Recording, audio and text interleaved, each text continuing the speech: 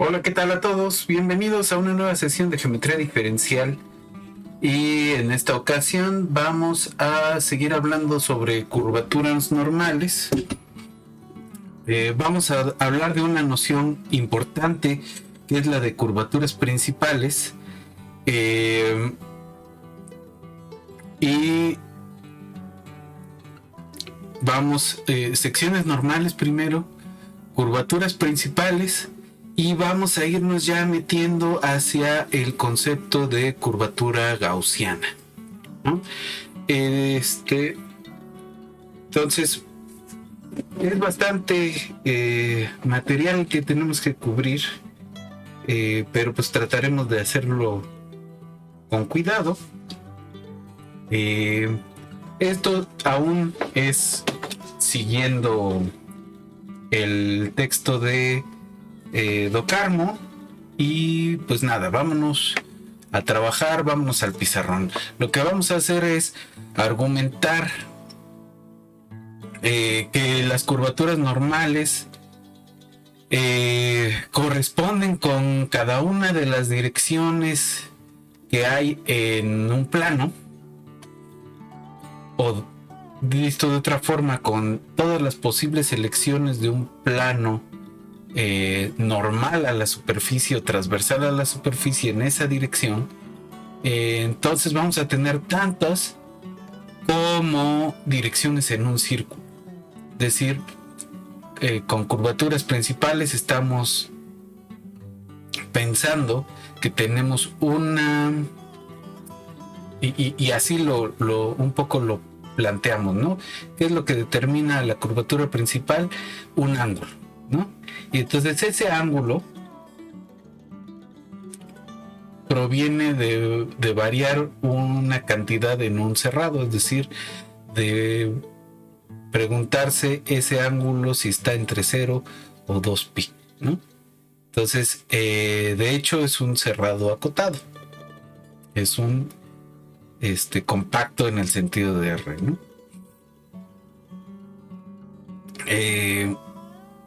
Entonces tenemos una función continua en un compacto y de cálculo hemos aprendido que ese tipo de funciones alcanzan su máximo y su mínimo. Entonces tenemos garantizado que siempre va a haber un mínimo y un máximo de las curvaturas normales, y a esas dos vamos a llamarles curvaturas principales. Esas dos curvaturas van a jugar un papel muy importante cuando definamos la curvatura gaussiana de una superficie en cada uno de sus puntos. Entonces vámonos ahora sí al pizarrón y sigamos trabajando.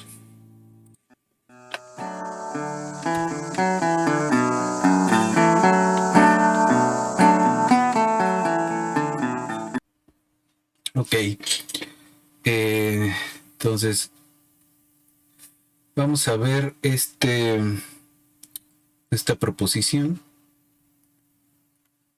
que es un resultado que se le debe a Mesnier.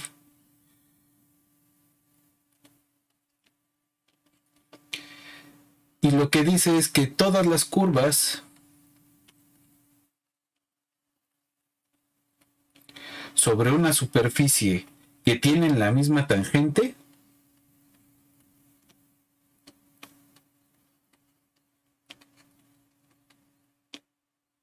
que comparten, ¿no?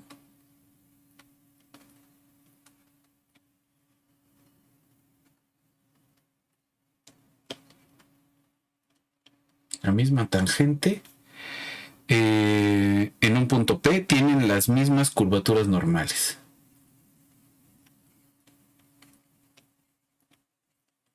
Tienen la misma curvatura normal, ¿no?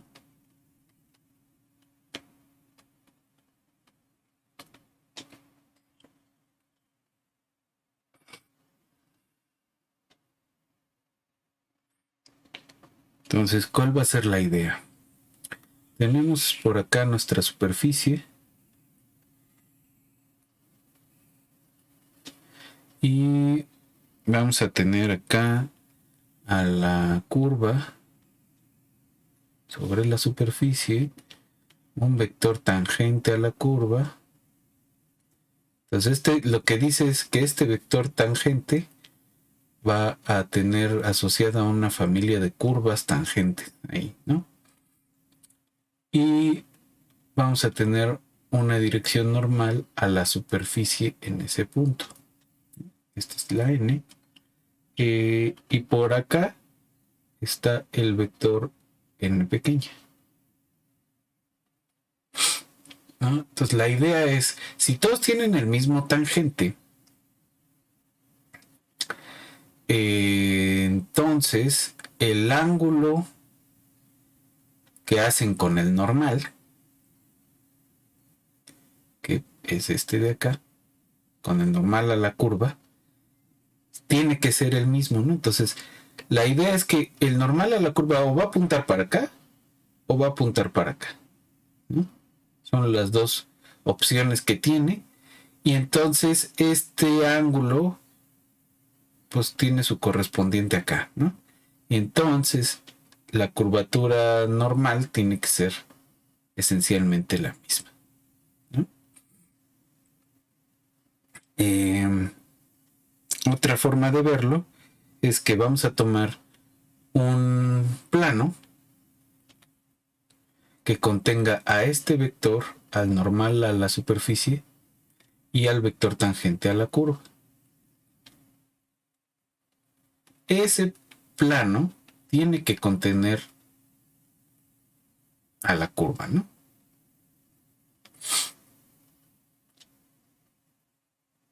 Entonces, la idea es el vector tangente a la curva y el vector normal a la superficie van a formar un plano, van a generar un plano que al cortar a la superficie, la intersección es la curva que teníamos, ¿no? Entonces, eso ya nos ayuda a probar lo que necesitamos, ¿no? Entonces, ¿cómo va esta idea? Vamos a tener, ¿no? En efecto, tomemos un vector B en el plano tangente a la superficie. Vamos a llamarle PN al plano. Voy a hacer un poco de trampa con la notación. Le voy a llamar SN al plano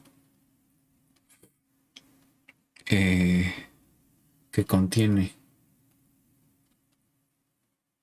a B y al vector normal AS por P. Llamémosle N. Es decir, SN, lo que decíamos hace un momento, es el span de N y V, ¿no? Ahí está, generado por esos dos.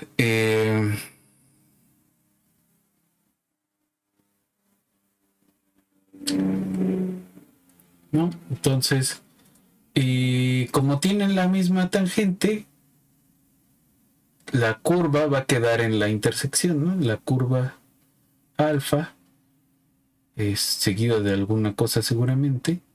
Alfa que va de un intervalo en S queda contenida en, o de hecho, no solo contenida, ¿no?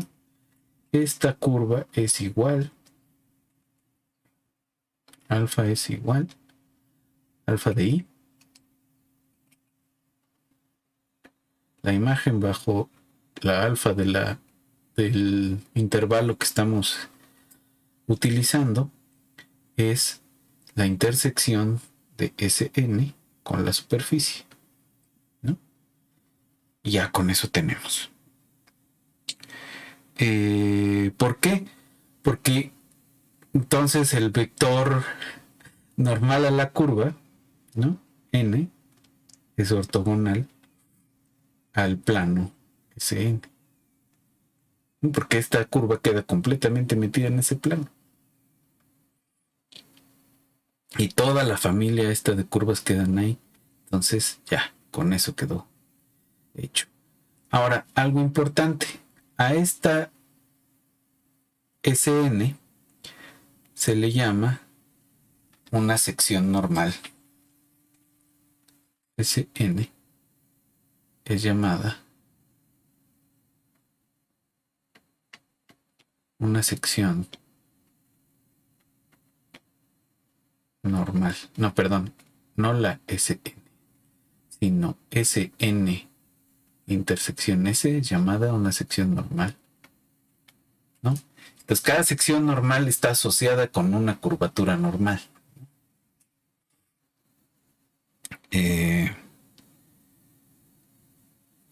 Ok.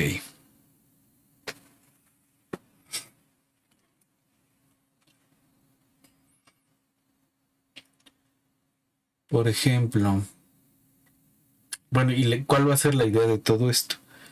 Que si nos quedamos con... Otra vez pintamos a la superficie de esta forma. Entonces, y tenemos un vector normal a la superficie en un punto. Este es normal al plano tangente. Entonces, en el plano tangente, ¿cuántas posibles elecciones tenemos para una sección normal? Pues tantas como direcciones haya en ese plano, ¿no? Es decir, tantos como puntos en un círculo. Entonces, siempre podemos pensar que esta KN, la curvatura normal, pues depende de un angulito donde la estemos tomando, ¿no? Ese angulito, que puede ser el que determina esta teta, puede ser el ángulo que determina a la B del resultado anterior, pues determinan una sección normal y por tanto un valor para la curvatura normal, ¿no? Entonces KN la podemos pensar como que es una función que toma un ángulo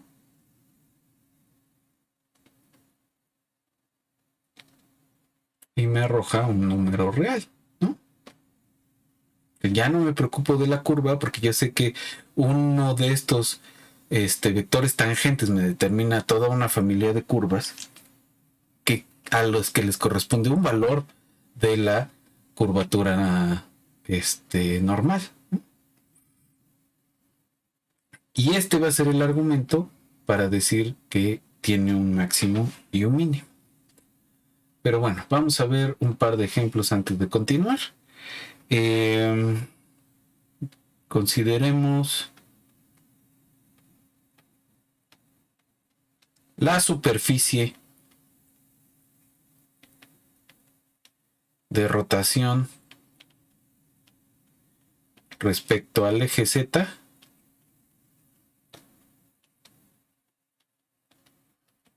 dada por la curva Z igual a Y cuarta, ¿no?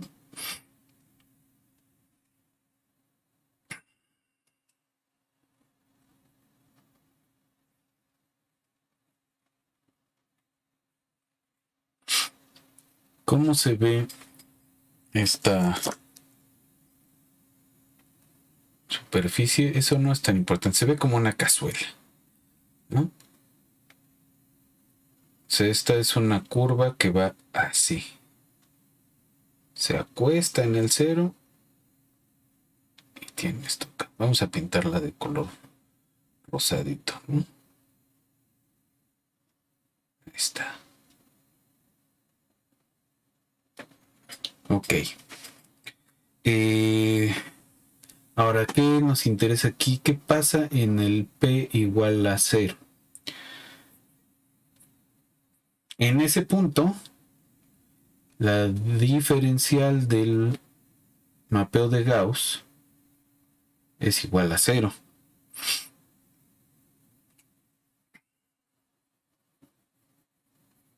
¿Cómo sabemos eso? Pues basta observar, ¿no? Que en ese punto, ¿no? O sea, la superficie que genera es una cosa de este estilo, ¿no? Entonces, en este punto, ¿en qué dirección apunta la normal? Pues se apunta en dirección del eje Z, ¿no? Para acá o para acá, no importa, ¿no? Pero es esa única dirección, ¿no? Entonces es una dirección constante. Y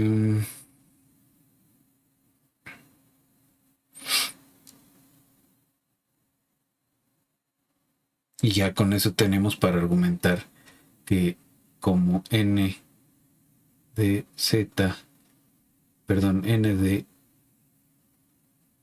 p apunta en la dirección de z, entonces la derivada respecto de la diferencial de la n en p pues va a ser idénticamente cero, ¿no? Ok. ¿Qué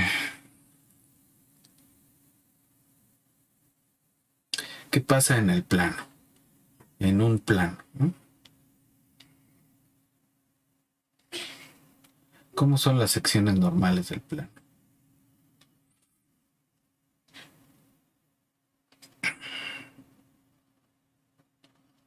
Entonces, si yo me agarro un vector normal y me agarro varios vectores tangentes, ¿cómo se ven las secciones normales? Pues se van a ver como rectas. ¿Cuál es la curvatura de una recta? 0, ¿no? Entonces, para el plano, la derivada, la diferencial del mapeo de Gauss en P también va a ser 0. ¿Por qué? Porque la curvatura normal es siempre 0. ¿Quién era la curvatura normal que damos? Pues era la segunda forma aplicada a algún vector tangente, que era de np en b punto b,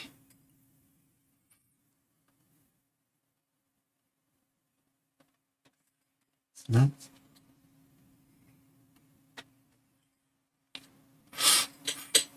Y esto era igual a kn en p.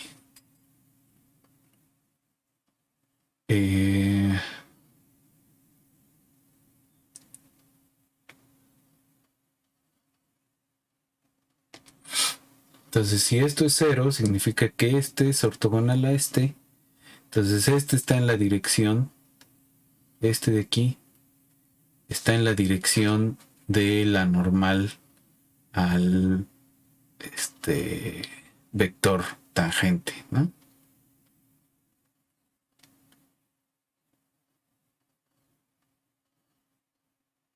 Ya significa que esta diferencial pues se anula, ¿no? Ok. ¿Qué más? ¿Qué pasa en la esfera? En la esfera, ¿quiénes van a ser los vectores? En un punto por acá, pintamos un vector normal y los vectores tangentes se ven así, ¿no?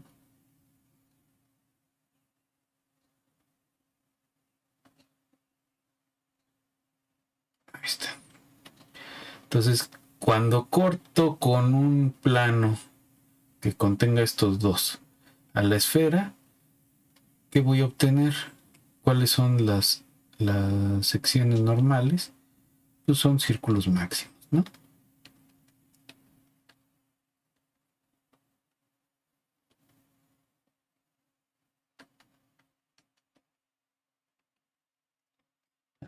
Son círculos máximos. Entonces, las secciones normales de este son círculos máximos. ¿Cuánto mide su curvatura? Que me la da la segunda forma fundamental. Todos tienen curvatura igual a 1, idénticamente, ¿no? Esto pensando en la esfera unitaria, ¿no? En R3. ¿Qué pasa en el cilindro? En el cilindro circular recto,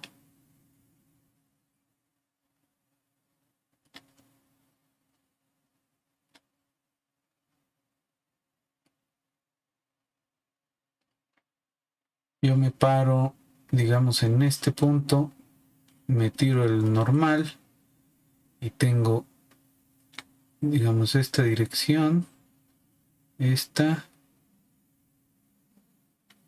y estas, ¿no? Y estas. Entonces, en esta dirección tengo que las secciones normales son curvas, rectas. Y en esta dirección tengo círculos. En estos de acá tengo estas curvas como elipses, ¿no?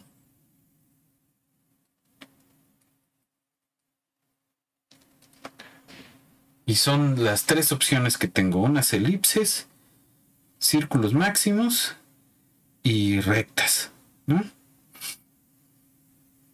Las elipses no estoy seguro, pero sí estoy seguro de que la más chiquita es la de la recta, que tiene curvatura normal 0, y la más grande es la del círculo, que tiene curvatura 1, siempre que este sea de radio 1, ¿no? Y las demás deben estar ahí contenidas. Entonces, esta es un poco la idea. Queremos ver que siempre la curvatura normal va a estar atrapada en un cerrado, y entonces, perdón, proviene de un cerrado y entonces alcanza sus valores máximo y mínimo. ¿Mm? Ok, siempre pasa eso. Entonces siempre podemos pensar que, les decía, ¿no? Que la curvatura normal pues está dada por un angulito, y entonces eso significa que estamos tomando como ángulos en S1 y obtenemos un número real, ¿no? Entonces Kn, el argumento es que Kn es continua valuada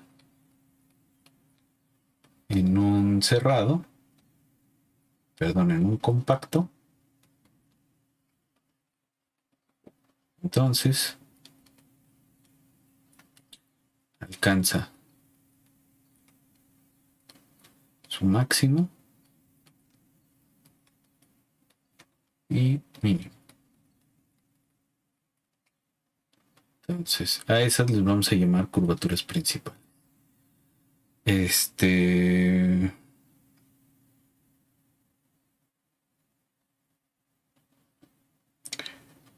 Digamos, las curvaturas principales de S en P son los valores máximo y mínimo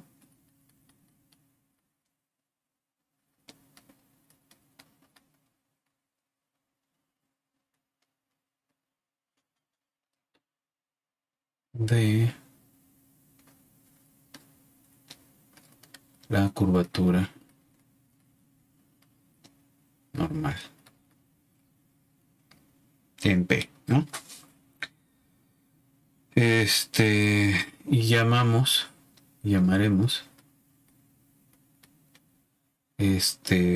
direcciones principales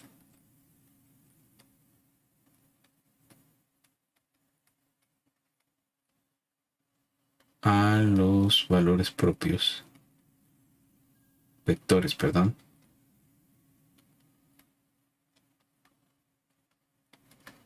correspondientes. ¿Vectores propios de quién? Pues del DNP, ¿no?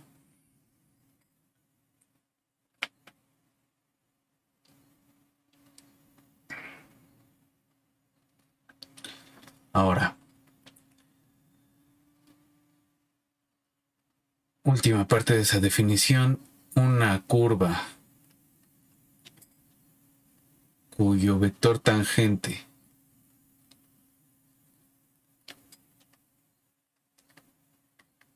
en un punto sea una dirección principal, una curva beta, sea una dirección principal. Es llamada línea de curvatura. Entonces, en el caso del cilindro, las rectas y los círculos son líneas de curvatura, ¿no?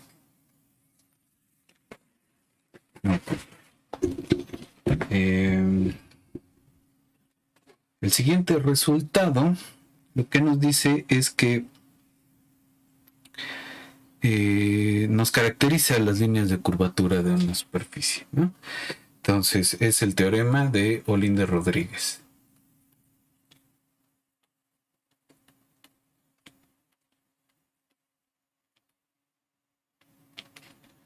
Y sí, es con ese, es una persona de origen brasileño.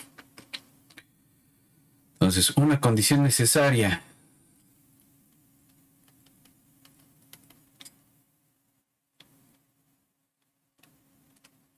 y suficiente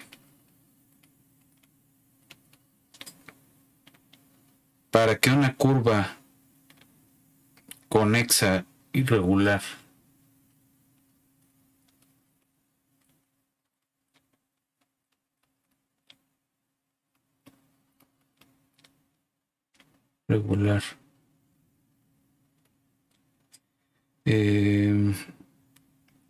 sea línea de curvatura de S,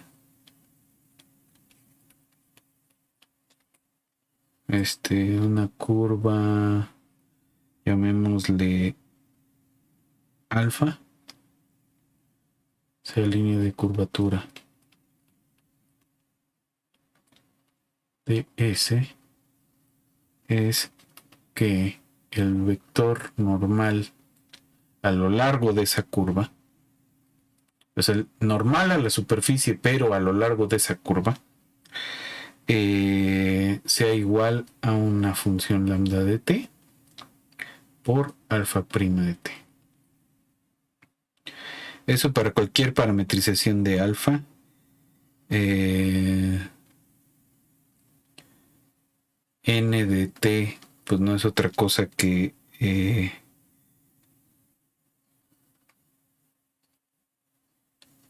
n aplicado a alfa de t, y lambda t una función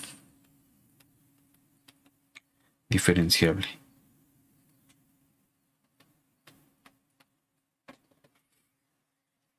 ¿Quién va a ser esa función? Va a ser una curvatura principal.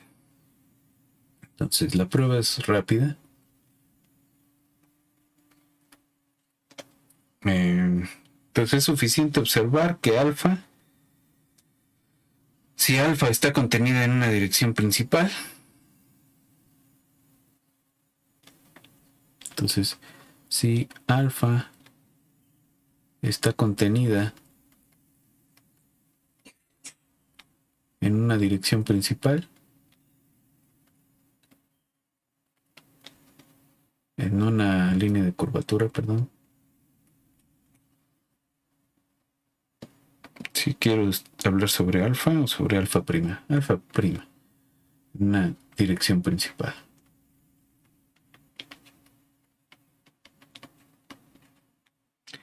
Entonces,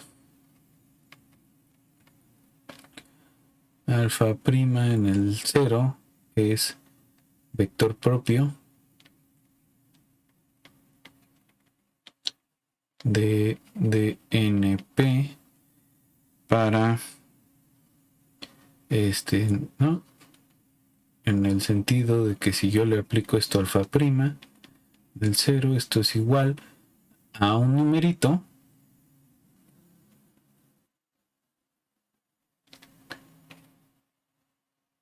kn de p por alfa, ¿no? Y este numerito pues es una de las principales, ¿no?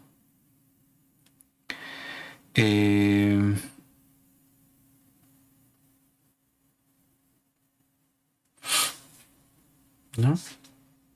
Y al revés, si yo tengo que una curva cumple esta cosa, entonces es alfa prima es una dirección principal, ¿no? O sea, si alfa prima es un vector propio de la DNP, que no es otra cosa que con él, perdón, le llaman el operador de Weingarten, o el operador de forma,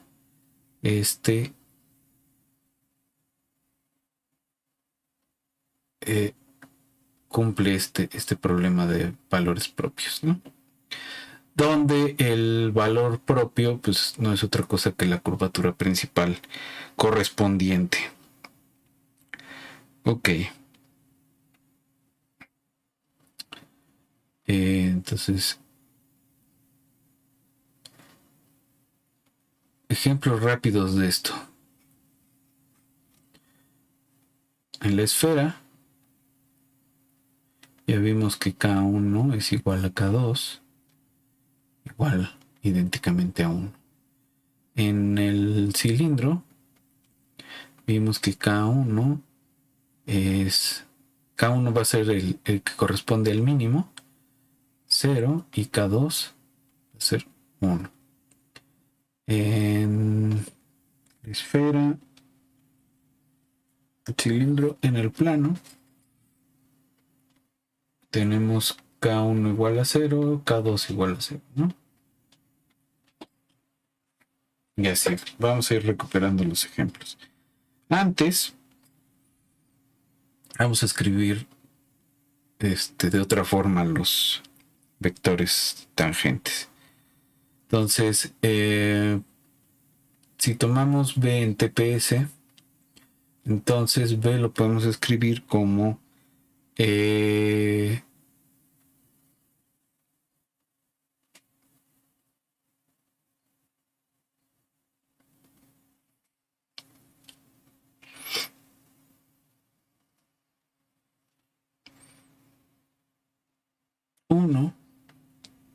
coseno teta más E2 seno teta.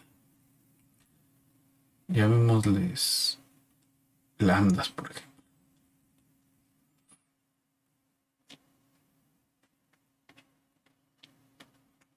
¿No?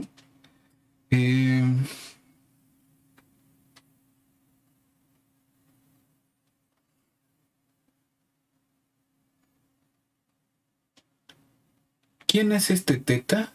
Pues es el ángulo entre V y estos dos, ¿no? Lambda 1 y lambda 2. En esencia son unos básicos, ¿no? Entonces, Kn, la segunda forma fundamental en el B, que dijimos no es otra cosa que menos de NP en B punto B, y vamos a escribir B en términos de esas lambdas. Entonces esto es dnp en lambda 1 coseno teta más lambda 2 seno teta punto lambda 1 coseno teta más lambda 2 coseno teta.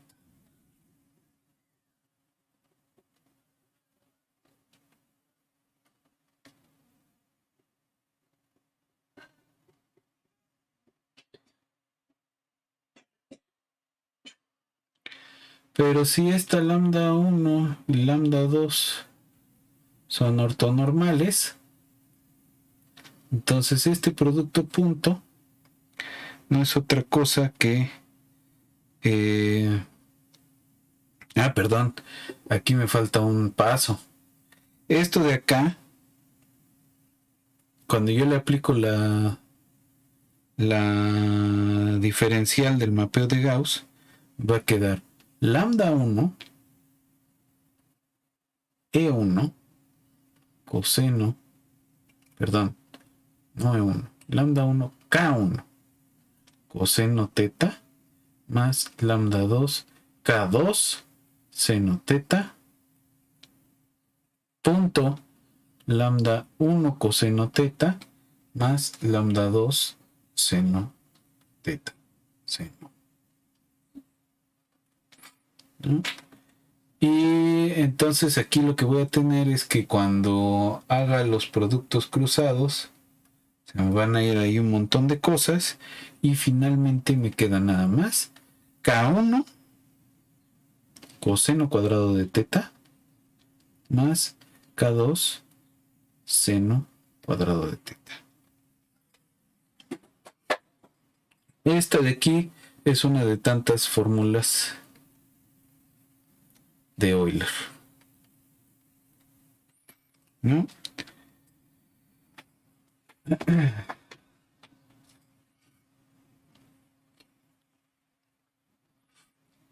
Ahora, algo importante aquí. ¿Qué pasa con esta cosa?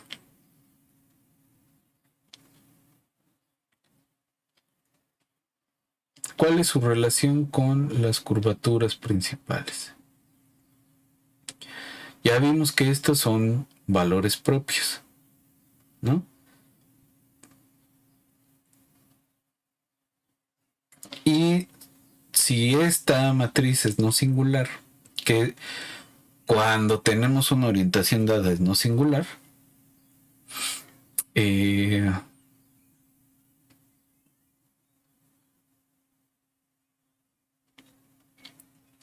esto de aquí significa que podemos transformar nuestra diferencial de tal forma que se vea como una diagonal K1, K2, ¿no? Aún más que tenemos que entonces como el determinante no va a cambiar aunque transformemos esa matriz, ¿no? Porque las matrices que usamos para transformarla tienen determinantes que se van a que no van a aportar nada. Lo que sí sabemos, ¿no? El determinante de esta matriz se ve como ¿quién? Como K1 por K2, ¿no? Entonces también el de esta se ve como K1 por K2. Y la traza de esta matriz pues es esencialmente K1 más K2. ¿No? Ahora sí, vamos a dar la siguiente definición, ya casi para acabar nuestra sesión de hoy.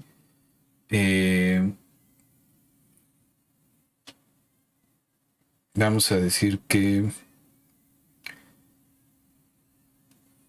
el determinante de la diferencial del mapeo de Gauss en algún punto le vamos a llamar K mayúscula de P, es llamada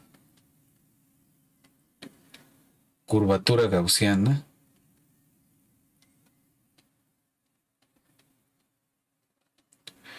de S en P. Y la traza, perdón, un medio de la traza DNP, vamos a llamarle H de P, y es llamada curvatura media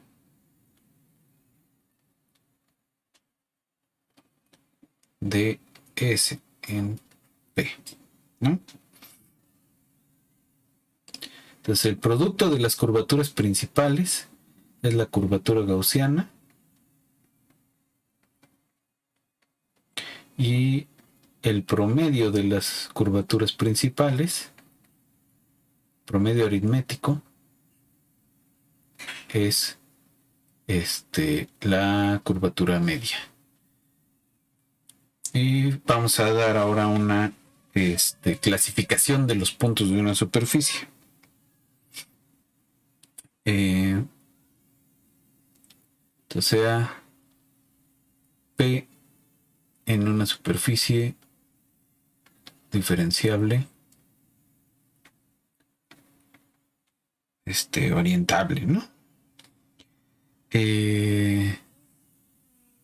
Vamos a decir P es elíptico si la curvatura gaussiana en P es positiva. Vamos a decir que es hiperbólico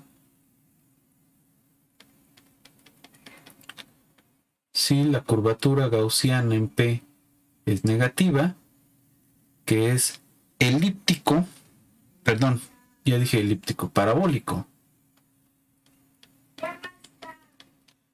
Si la curvatura gaussiana en P se anula, y vamos a decir que es plano si las curvaturas principales son la misma. No, perdón, si las curvaturas principales son las dos, 0. Y más en general vamos a decirle umbílico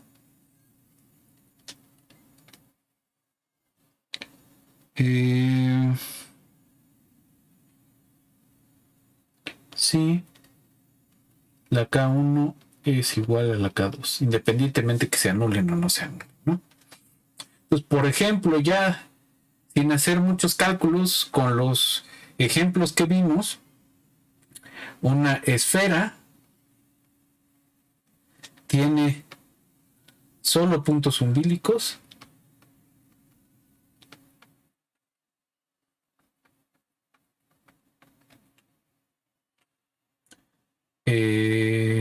elípticos, ¿no? Un plano tiene puros puntos planos, ¿no? Pero un cilindro circular recto tiene únicamente puntos parabólicos.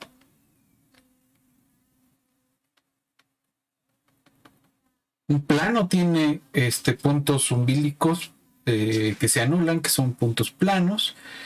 Y dos ejemplos interesantes que vamos a ver empezando la siguiente sesión es una, ¿qué pasa con los puntos en la silla de montar? No me salió. El paraboloide hiperbólico.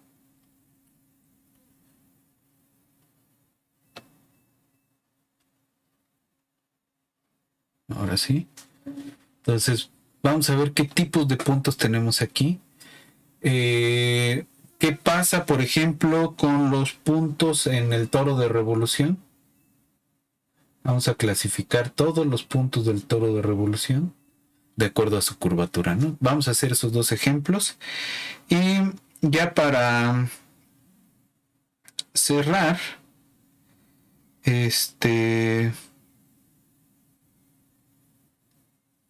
un resultado que se parece a algunos de los que hemos visto es que si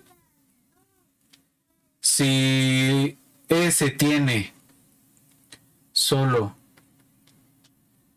puntos umbílicos, perdón, S es conexa y tiene solo puntos umbílicos, entonces S está contenida en una esfera o es un plano, ¿no? Se parece a un resultado análogo que hicimos para curvatura de curvas, ¿no? ¿Cómo hacemos la prueba de este resultado? Vamos a ver. Tomemos un punto en la superficie y phi de v, una parametrización alrededor de P.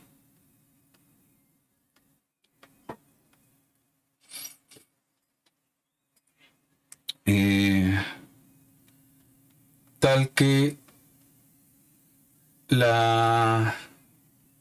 abierto que contiene a P, que es la imagen de nuestra parametrización, es conexa.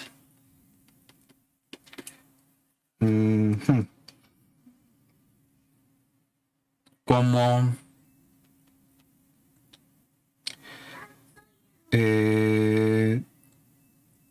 P es umbilico, de hecho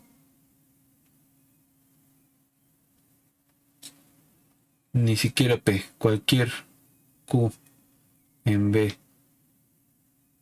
es umbilico para todo Q en B. Entonces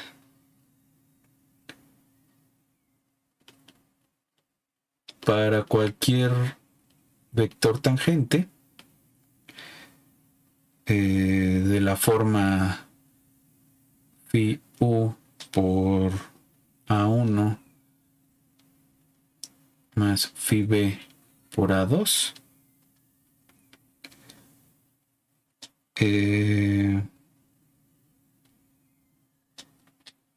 se tiene que la dnp aplicada a W es igual a una lambda de Q W, ¿no? Y esta lambda es una función diferenciable, pero como son puntos umbilicos es bastante sencilla, es una constante, ¿no? Lambda constante.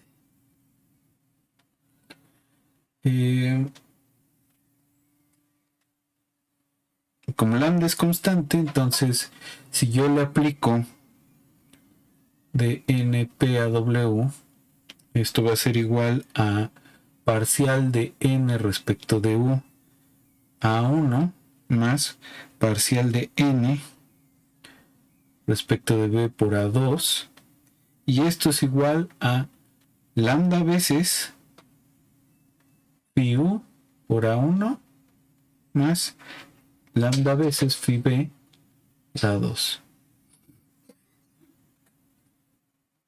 Y esto es para cualquier, ¿no?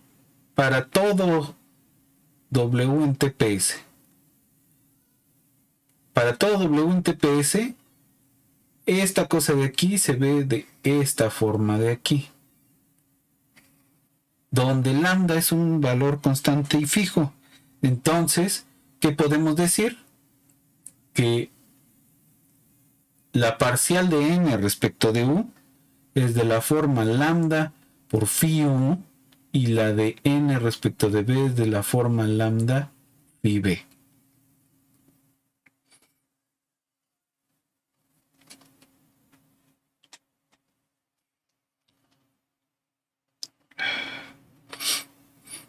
Entonces,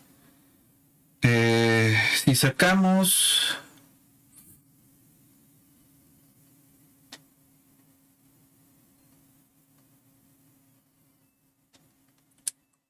la derivada respecto de b de esta, tenemos que n de v es igual a lambda b phi u más lambda phi v, y n b u, esta la vamos a derivar respecto de u, es lambda u phi b más lambda phi b u. Ahora, por condiciones de suavidad,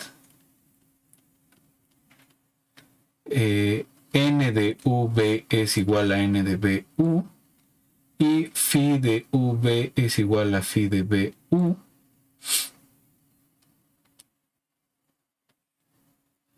Entonces, si hacemos v n de bu, esto es igual por un lado a 0, y por otro lado esta se va a ir a ver al mago con esta, y vamos a tener lambda b phi u menos lambda u phi b.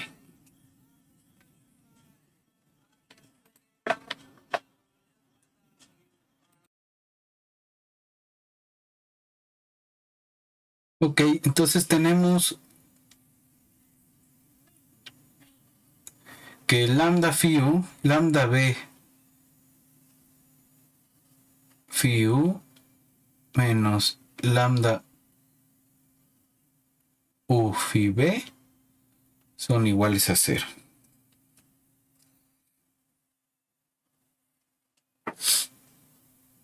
Pero ¿qué es una de las cosas que sabemos del phi u y phi b?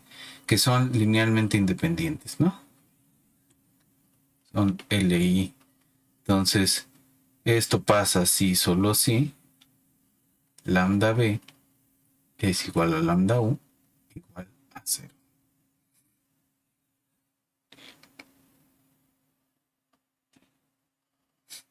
¿No? Entonces tenemos una función que sus derivadas parciales se anulan en un conexo. Entonces lambda tiene que ser constante, ¿no? Hasta ahorita no teníamos certeza de que fuera constante. Esto ya nos da la certeza de que lambda es efectivamente una constante.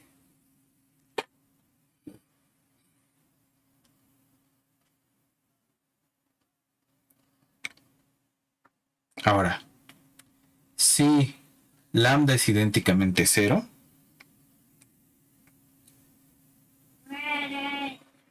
que tenemos que nu y nb son 0, ¿no? Por las expresiones que tenemos aquí. Nu es lambda phi u y nb es lambda phi b. Eso significa que n es una función constante, ¿no? Hay una sola dirección normal a toda, al menos esto en B, ¿no?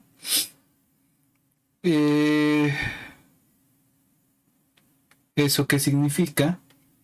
Que phi punto n parcial respecto de u es igual a phi punto n parcial respecto de b, que no es otra cosa, 0. Y por lo tanto, esta es constante, lo cual significa que S es un plano. Sí.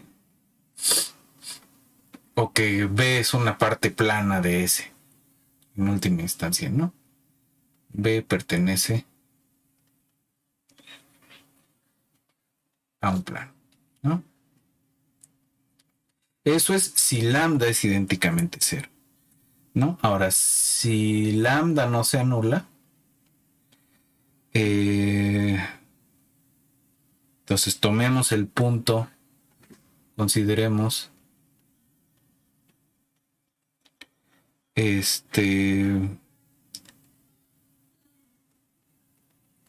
de v menos 1 sobre lambda por n de v. Y a esto vamos a llamarle y de v.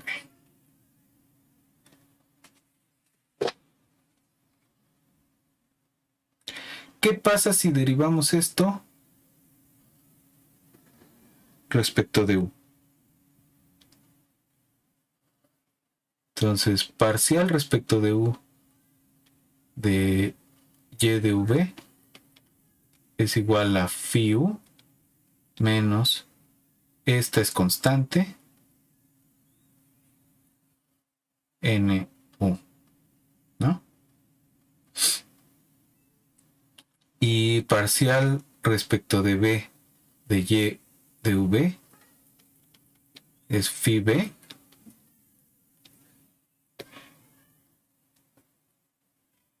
nb, ¿no? Esto significa que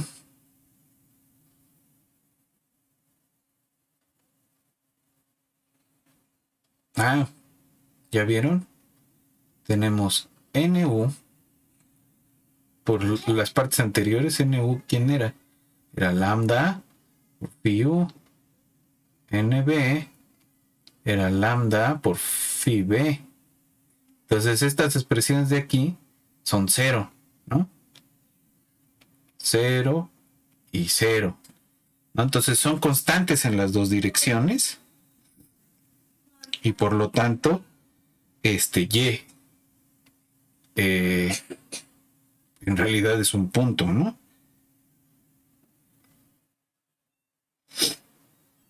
Ok.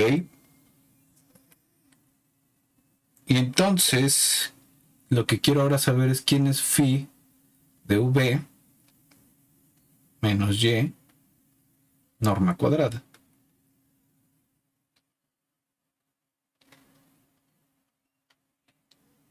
Esto es la norma cuadrada de phi v menos phi v